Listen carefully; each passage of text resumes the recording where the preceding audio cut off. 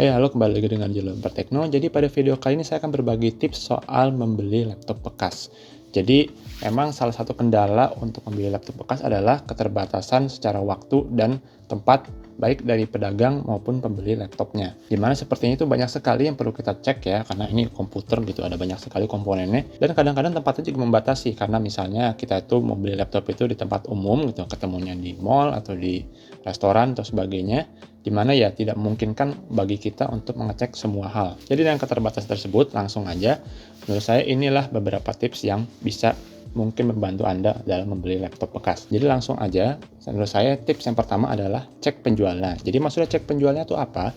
Jadi begini, penjual laptop bekas itu secara umum ada dua ya. Pertama itu adalah orang yang memang punya bisnis jual laptop bekas, seperti misalnya laptop-laptop bekas dari bekas kantor atau dari perorangan yang pengen butuh duit cepat dan jualnya tuh ke situ meskipun harga jatuh banget, dan sumber-sumber lainnya. Nah biasanya nih kalau pengusahanya bagus, kalau dia nerima laptop bekas itu semua kondisinya dicek dulu, lalu dipastikan semuanya berfungsi dengan baik, ataupun kalau ada komponen yang nggak berfungsi nih, itu diganti dulu sama dia supaya waktu dijual lagi itu kondisinya oke. Nah yang seperti ini sepertinya seolah lebih aman ya, karena kita tuh tahu laptop itu yang jual itu ada tokonya fisik dan dia memang usaha itu, dan juga punya mungkin ya kalau baik kasih garansi juga si penjualnya. Tapi kalau saya pribadi, saya lebih cenderung beli ke perorangan karena biasanya value-nya itu lebih bagus.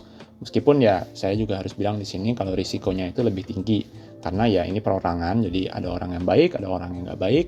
Dan juga yang perorangan ini juga belum tentu dia ngerti laptop sepenuhnya. Jadi misalnya orang itu pengen jual laptop tapi dia nggak terlalu paham soal laptop itu karena mungkin dititipin bapaknya atau saudaranya yang butuh jualan laptop dan sebagainya. Jadi pada intinya ketahui dulu penjualnya itu seperti apa, jadi Anda bisa berekspektasi kira-kira laptop yang akan saya dapatkan itu seperti apa, dan ke depannya kalau saya mau kontakkan lagi dengan orang itu seperti apa. Lalu yang kedua adalah cek speknya secara benar.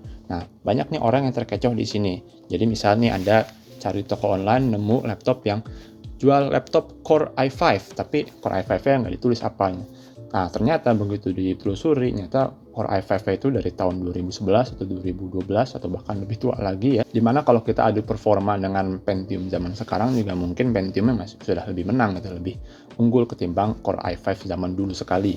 Lalu yang kedua, masalah yang lebih besar lagi adalah belum tentu Windows 10 atau Windows 11 itu kompatibel dengan laptop dengan hardware super tua tadi. Nah, ini risikonya kalau nggak dapat update secara berkala, bisa jadi security-nya pun nggak bisa dapat update, jadi kalau kita connect ke internet, itu mudah sekali kena virus. Tapi ya saya tahu juga ada mungkin beberapa orang yang pakai komputer nggak pakai internet sama sekali, ya itu pilihan Anda. Mungkin masih mempertimbangkan laptop dengan spek setua itu kalau memang harganya kompetitif. Untuk tahu lebih banyak soal prosesor, ya bisa cek video saya yang satu lagi. Atau kalau mau tahu soal spek yang saya sarankan untuk mayoritas orang, bisa cek video yang ini. Nah, tapi kadang-kadang nih penjualannya pun juga nggak ngerti nih. Ini maksudnya laptop saya Core i5, saya taunya Core i5 aja nggak tahu apa gitu. Nah, ini bisa minta tolong seperti ini. Ke Explorer, lalu ke My PC, lalu ke Properties, lihat sistem, lalu ke About. Nah, di situ bisa kelihatan tuh spek laptop itu sebenarnya seperti apa. Minimal kelihatan prosesornya apa dan RAM-nya berapa. Bisa juga sekalian ditanya tuh kalau memang nggak lengkap banget ya, storage-nya tuh apa dan modelnya tuh apa, misalnya apakah di hard disk drive ataupun SSD. Lalu yang ketiga, ini yang paling agak complicated ya, agak ribet, yaitu adalah cek hardware-nya. Kita mulai dulu dari layarnya. Jadi pastikan Anda itu dapat laptop yang layarnya tuh bagus itu. Kalau memang Anda ekspektasi laptop itu sempurna. Bagus itu bisa dilihat dari apakah kalau lagi mati itu layar ada pixel yang terang sendiri, itu istilahnya dead pixel, atau mungkin ada istilah yang lebih tepat soal itu. Tapi pada intinya kadang-kadang laptop yang sudah agak lama itu ada pixel yang nyala sendiri atau seperti kena tekan sebelumnya, sehingga kalau layar itu lagi menampilkan gambar yang putih sekali atau hitam sekali, itu suka ada bintik terang sendiri gitu. Tapi bedakan ini dengan screen bleeding ya, dimana screen bleeding itu di pinggir-pinggir suka ada yang terang itu kalau lagi layarnya menampilkan gambar gelap.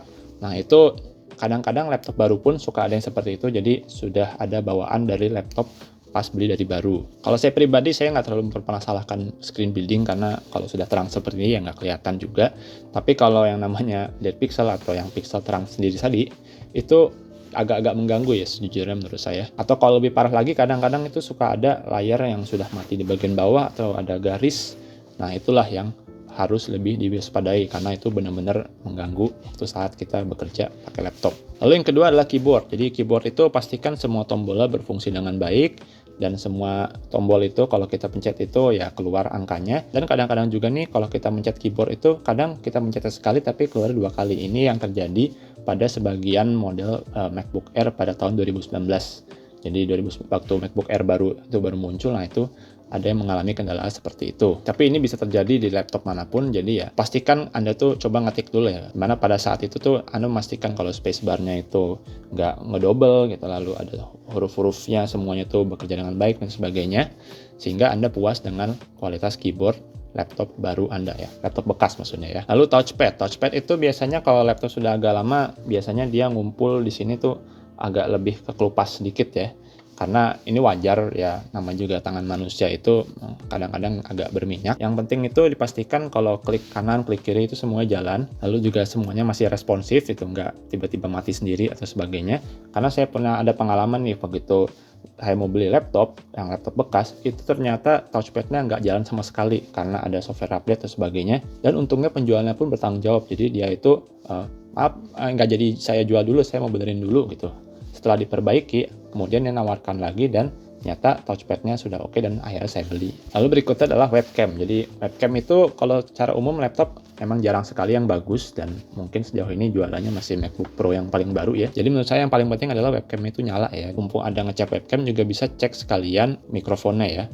Jadi apakah mikrofonnya itu bisa menangkap suara kita dengan baik ataukah waktu kita pakai itu malah nggak ketangkep suaranya. Boleh kalau mau dipastikan port-portnya itu semuanya fungsional, jadi dari USB, lalu ada headphone jack, lalu ada juga Ethernet, HDMI, atau mungkin VGA. Dari semua itu yang kadang saya temukan bermasalah itu biasanya VGA, meskipun juga hitungannya masih agak jarang, atau mungkin headphone jack. Nah, headphone jack, kalaupun ada yang nggak jalan dari salah satu tadi, itu belum tentu hardware rusak, tapi bisa jadi drivernya lagi ya. Lalu bisa juga sekalian tanya nih, biasanya laptop itu dipakai buat apa aja? Apakah cuma office ringan gitu? Ataukah sering dipakai buat simulasi berat dan sebagainya? Sehingga Anda tahu nih kira-kira laptop itu kipasnya sering bekerja berat berapa lama gitu. Kalau misalnya untuk simulasi berat atau running program-program engineering gitu misalnya, itu mungkin selama lifetime dari laptop tersebut tuh sudah sering kipasnya tuh muter lama, lalu banyak membuka debu. Lalu bisa juga ditanya nih, apakah pernah ada komponen yang diganti gitu. Nah, misalnya dulu layarnya pernah pecah gitu, lalu pernah diganti. Kalau spare partnya original menurut saya itu bukan poin minus sama sekali, malah mungkin plus ya karena lebih baru gitu layarnya. Tapi menurut saya yang lebih perlu diperhatikan adalah masalah storage dan RAM. Karena storage itu bisa jadi nih misalnya laptop itu dulu pakai hard disk drive, terus diganti dengan SSD, tapi SSD-nya itu mungkin yang nggak terlalu bagus gitu, misalnya sering crash atau mungkin ada bad sector dan sebagainya yang bikin performanya itu nggak optimal, atau RAM-nya itu ditambah cuma dia belang gitu, mungkin sama-sama 8 GB cuma kualitasnya beda jauh. Nah itu juga bisa jadi menghambat performa dari laptop ini. Berikutnya adalah baterai. Baterai ini menurut saya agak-agak susah dicek. Di Windows itu nggak ada metrik kayak battery health seperti di iOS gitu ya. Tapi bisa ditanya seperti ini. Waktu pertama kali beli dan sekarang itu battery life-nya itu oke-oke aja gitu, sama durasinya, sama daya tahannya. Kalau memang turun ya itu menurut saya sangat wajar, tapi asalkan nggak turun sama sekali ya. Misalnya dulu itu bisa tahan 4 jam, sekarang 30 menit ini udah bisa mati. Nah seperti itu kan, jadi Anda bisa siap-siap nih, mungkin Anda dalam kedepannya bisa nyiapin budget untuk mengganti baterai baru kalau laptopnya itu bisa diganti baterainya. Tapi kalau Anda belinya laptop seperti Microsoft Surface atau MacBook Air, MacBook Pro itu mungkin masih gampang itu ganti baterainya, apalagi di Indonesia. Lalu yang keempat adalah cek softwarenya ya. Jadi di sini kalau saya pribadi, saya itu lebih cenderung kalau saya beli laptop bekas, saya pengennya clean. Jadi saya install ulang Windows-nya, bukan install ulang, mungkin factory reset lah, dimana semua software-software, file-file yang ada sebelumnya di laptop ini bersih semua, dan username-nya pun saya ganti semuanya jadi punya saya sendiri. Tapi kalaupun mau saya factory reset, minimal saya juga pastiin nih apakah Windows-nya itu sudah aktif atau belum. Nah kalau belum aktif nih, artinya mungkin Anda perlu siapin lagi budget buat beli Windows asli. Poin kelima saya adalah soal garansinya.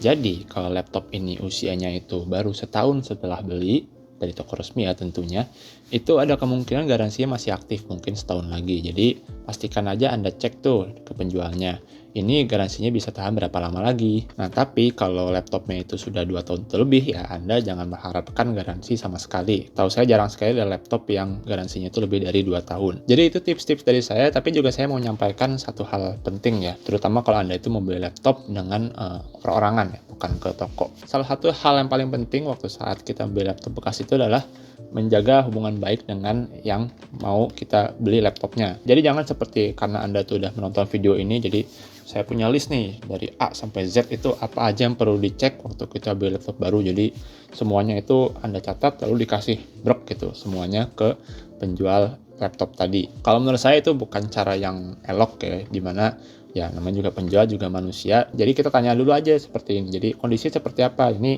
Oh misalnya ada gores-gores atau baret atau ada bagian layar yang mungkin hengselnya kurang bagus atau sebagainya, itu biarkan aja dulu dijelaskan oleh sellernya, lalu Anda itu bisa memberikan pertanyaan tambahan sesuai dengan saya berikan tadi. Dan menurut saya juga nggak perlu semuanya ditanyakan kalau memang itu nggak penting buat Anda. Misalnya kayak soal kipas ya, tadi saya menyebutkan soal kipas, tapi kan itu mungkin agak merepotkan yang menjual ya, dimana dia harus bongkar dulu dan sebagainya. Dimana kalau Anda itu mau belinya harganya murah sekali ya, mungkin ya belum tentu harus juga dipastikan soal itu.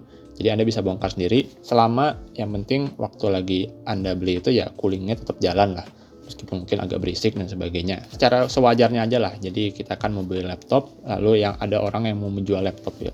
Kalau bisa saling sama-sama menguntungkan, saling menjaga hubungan baik sama buyer dan seller, sehingga dua-duanya pun merasa menang gitu. Dua-duanya itu merasa dapat keuntungan.